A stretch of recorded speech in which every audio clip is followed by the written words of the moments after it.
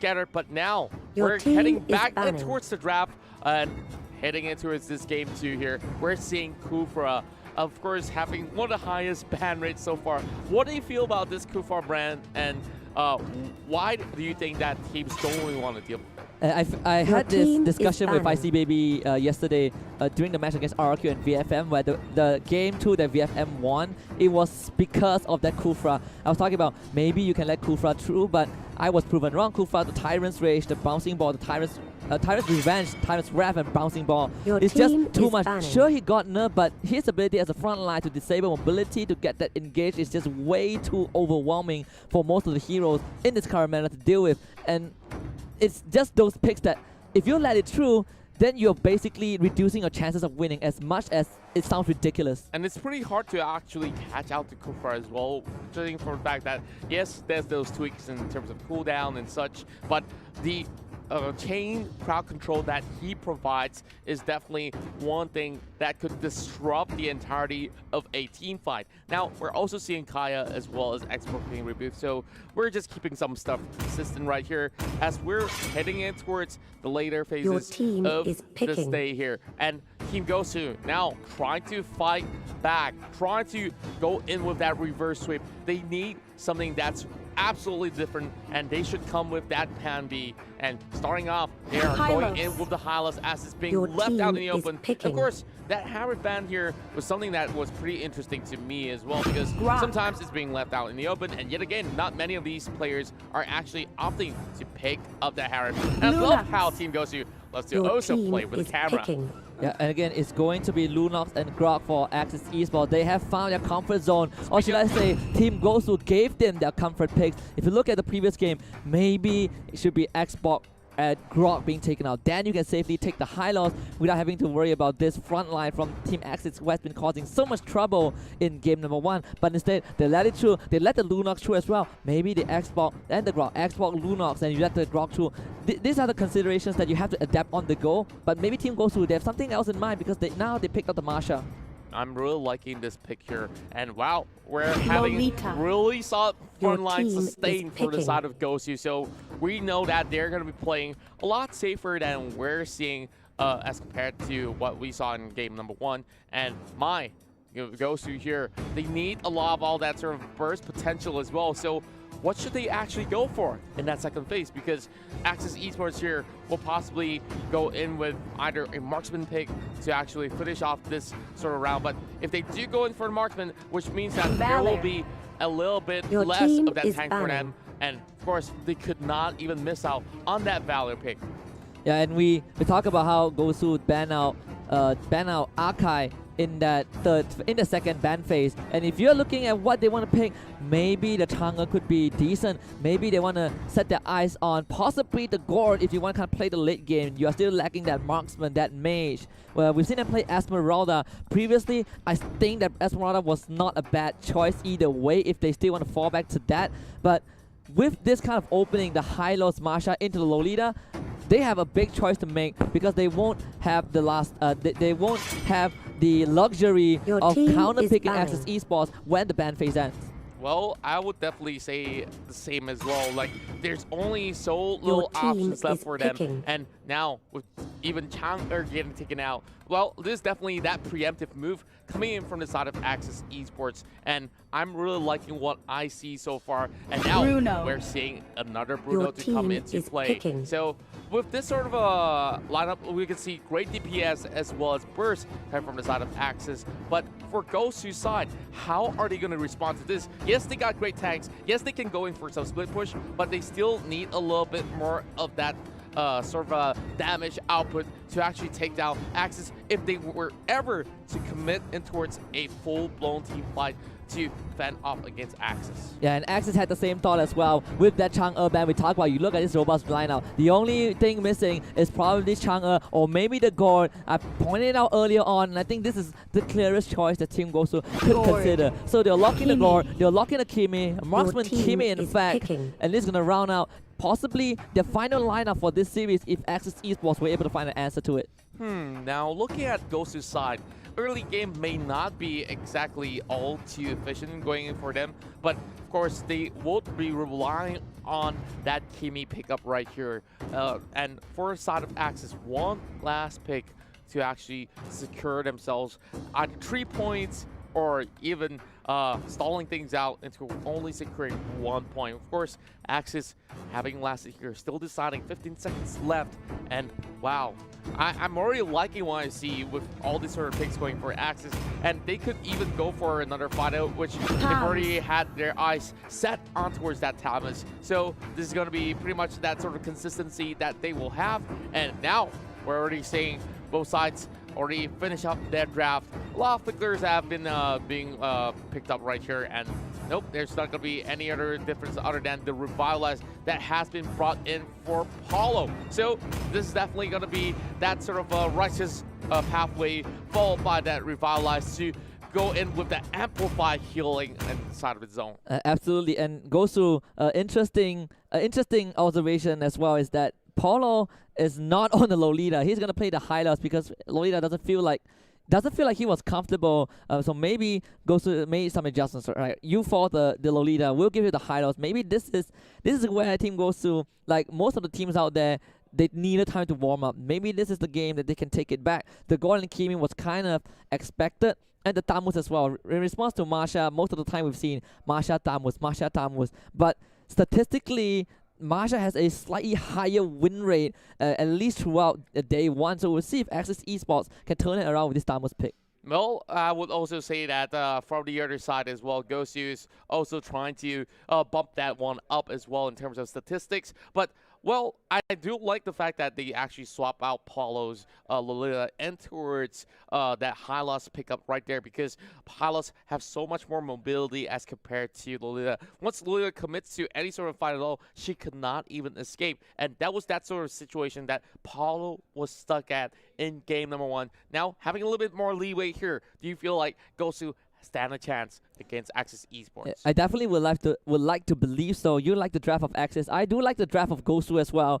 Just like game one, it looked robust, but what I'm concerned about, or what I still have doubts about, is probably the execution. But we'll see if Team Gosu can prove me wrong. Game number 2, it is best of 3 against Axis Esports.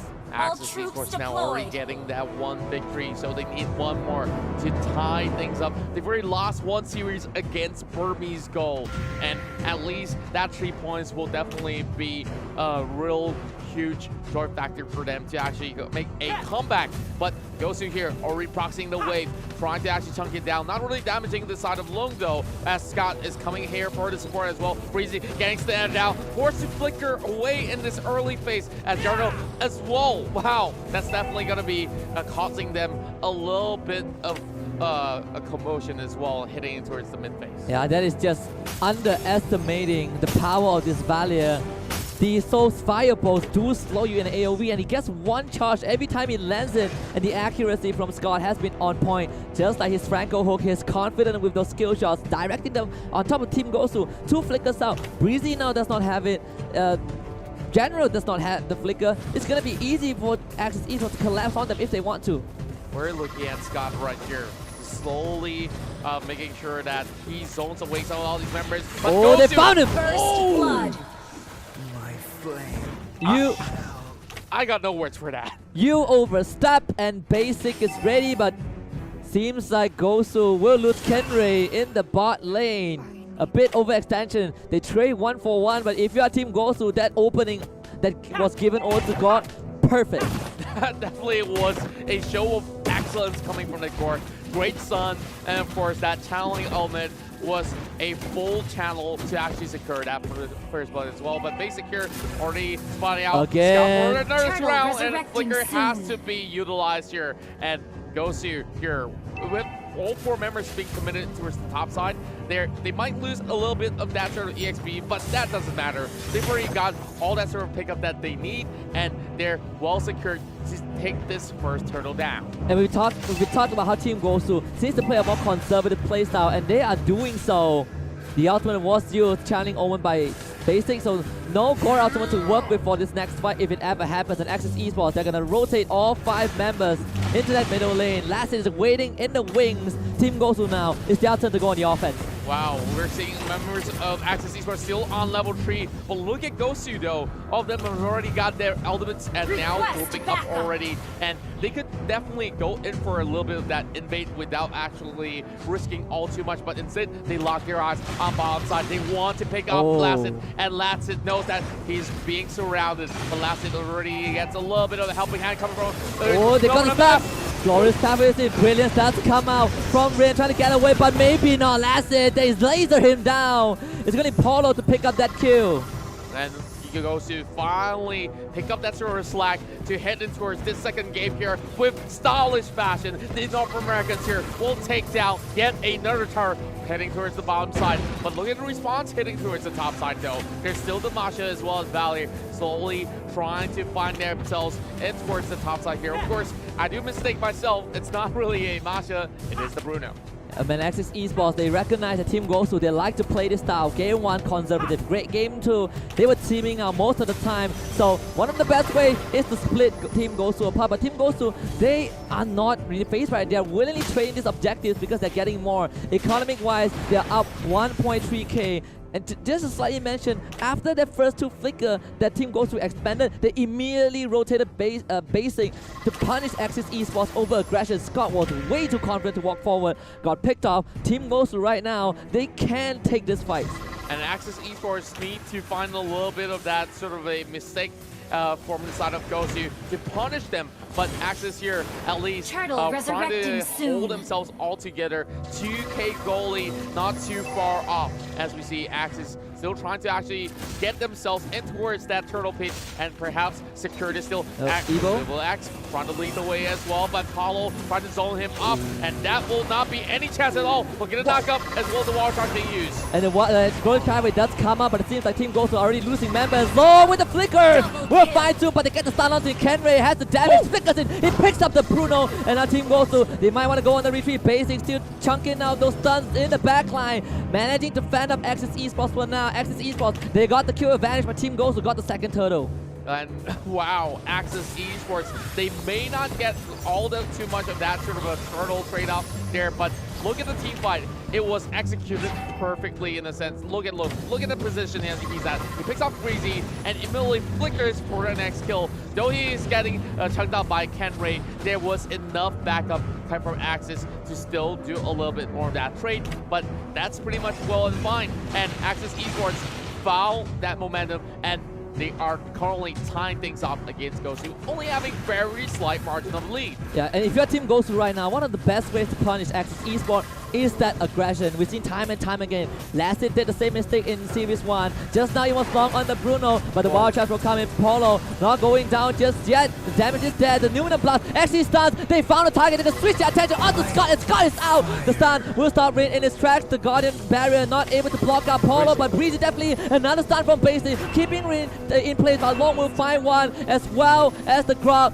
2 kills over to Access Esports. And Team Gosu, they will be forced to retreat. Wow, what a bloodbath coming in through the mid lane. And as we see, great dives coming in from all these members of Team Gosu. But that wall by the Grok has already negated Breezy's exit. And look at Evil X right here. He was getting zoned away, which means that Scott was being left outside. And Evil X could only clip out at least one member of side of Gosu, and they managed to bring him down. So that's definitely some great work. But heading back in towards that sort of the matchup that we see now, Gosu might have lost that sort of a kill lead in that sort of sense, but goal is actually not too far away. There's still time for them to catch up once again. He has purchased that Athena shield and at least have a little bit more tankiness than what he used to have in that early phase. And now this is going to be the turtle here, and Access Esports wants to actually get a little taste of that. And what could they possibly pull off?